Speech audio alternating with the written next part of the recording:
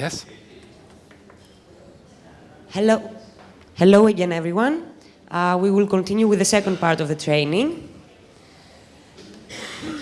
Mr. Dominic is ready, so the floor is his.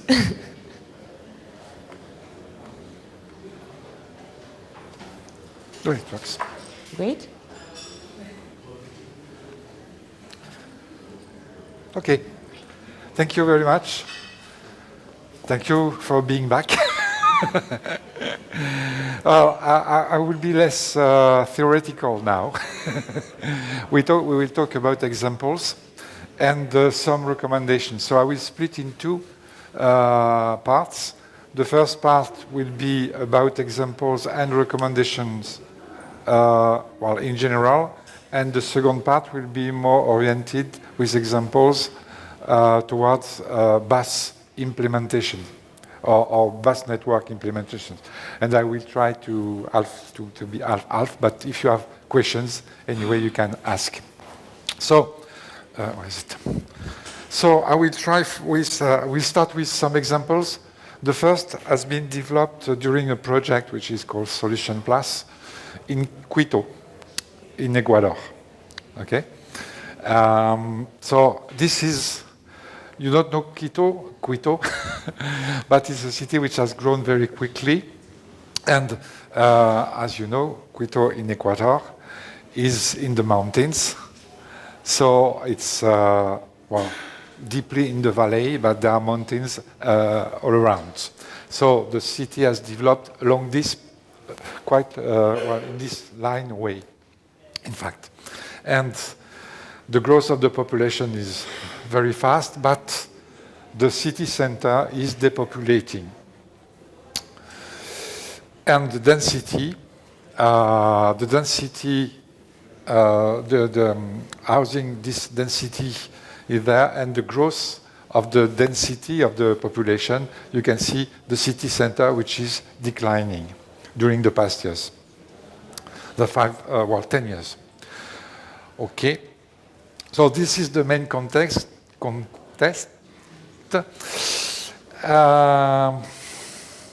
this city, which is as many of cities, the cars are not everywhere, but quite used. Not so many, but there's only a quarter of the citizens which are using cars, but they occupy 80% of the space, so it's a lot. And of course, there are a lot of congestion problems. There are a lot of difficulties for the pedestrian, for the bicycles, which are not in the city center. When you see HCQ is city center of Quito, I-center of Quito. So you have a lot of pollution, and you see that it's not really flat as a city, as you may know. So for the time being, on the soft modes, there's not many soft modes which are still developed, okay? Because, of course, or soft modes in general, by cycling, because there's no infrastructure, of course, as you may understand, there are some safety concerns, and of course, it's not a city where a bike is in the culture and the behavior or travel modes, which is largely used, but you can understand that with the hills and the slopes and things like that, it's a bit normal that bikes are not developed.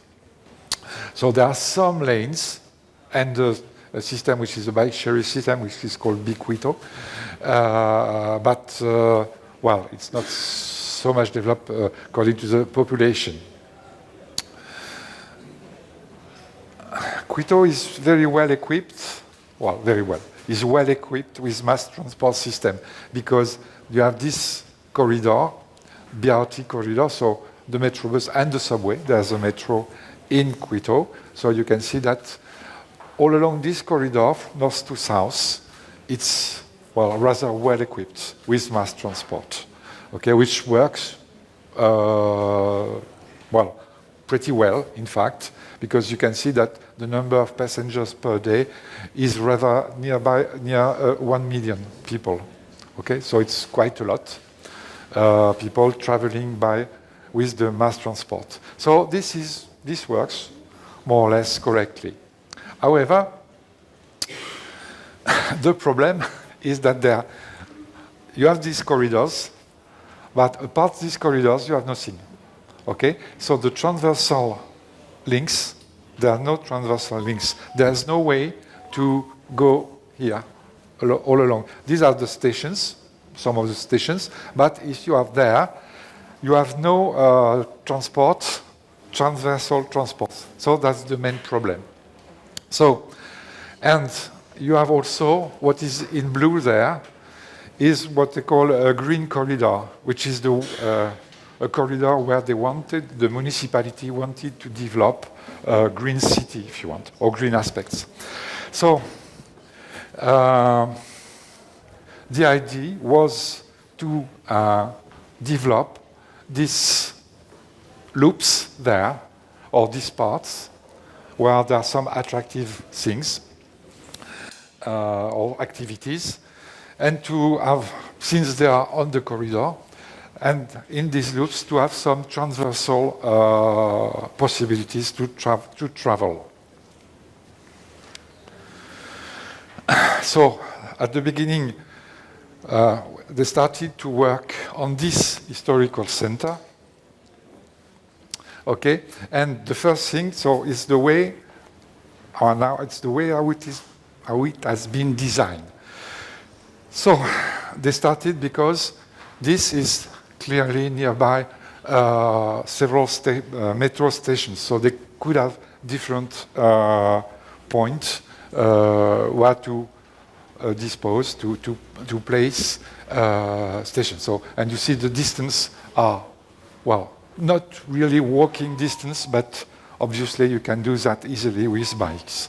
And since you are transversal, in Quito, well, the slopes are more or less from north to south, not transversally, not much transversally.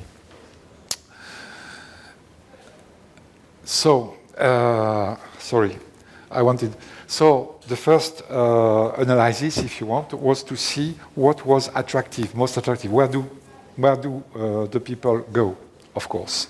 So, they define that in these places you have several markets, several commercial areas. So that was interesting because there was a lot of people going there. The second thing is the possibility of intermodality between transport systems, between the different metros and mass transport systems, which are quite close. Then the design was to go on the what they call the micro loop, which was defined between these along these areas. If you remember